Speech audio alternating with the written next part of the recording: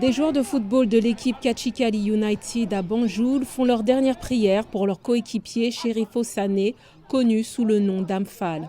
Il a perdu la vie en octobre en tentant de traverser l'océan Atlantique pour rejoindre l'Europe. Avec 2 autres coéquipiers et environ 200 autres personnes, il avait quitté la Gambie à bord d'une embarcation pour rejoindre les côtes espagnoles. Un ami de la famille, Gaïra Diouf, explique que Sané a été retrouvé mort après un nettoyage de routine. Après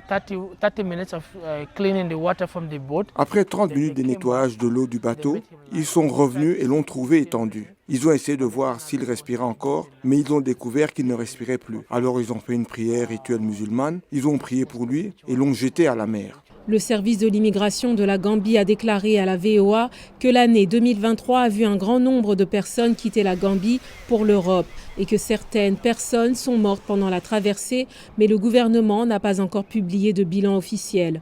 Ibrahim Gassama a perdu environ 5 de ses amis en octobre. La situation devient de plus en plus difficile dans ce pays, c'est pourquoi les gens partent en grand nombre. Ce qu'on nous dit dans ce pays, c'est concentre-toi sur ton éducation, après tu auras un bon travail pour que tu puisses t'occuper de ta famille et des choses comme ça. Oui, c'est vrai qu'après avoir fait des études ici, on peut trouver un emploi, mais la grande question est de savoir si cet emploi est suffisant pour vous et votre famille. Certains de ceux qui ont fait le voyage sont revenus. Un groupe de rapatriés a rejoint l'association Youth Against Irregular Migrations, fondée par des jeunes qui ont tenté d'émigrer en Europe. Lamine B. Bojang est l'un des membres fondateurs et mène une campagne pour parler des expériences tragiques.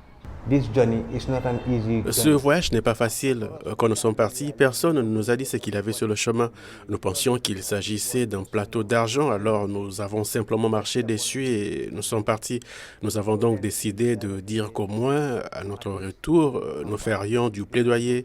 Nous sensibiliserons les gens, nous leur montrerions que ce n'est pas la bonne voie. Le groupe a déployé des ressources pour surveiller son littoral avec des patrouilles 24 heures sur 24, appelées Opération Zéro Départ.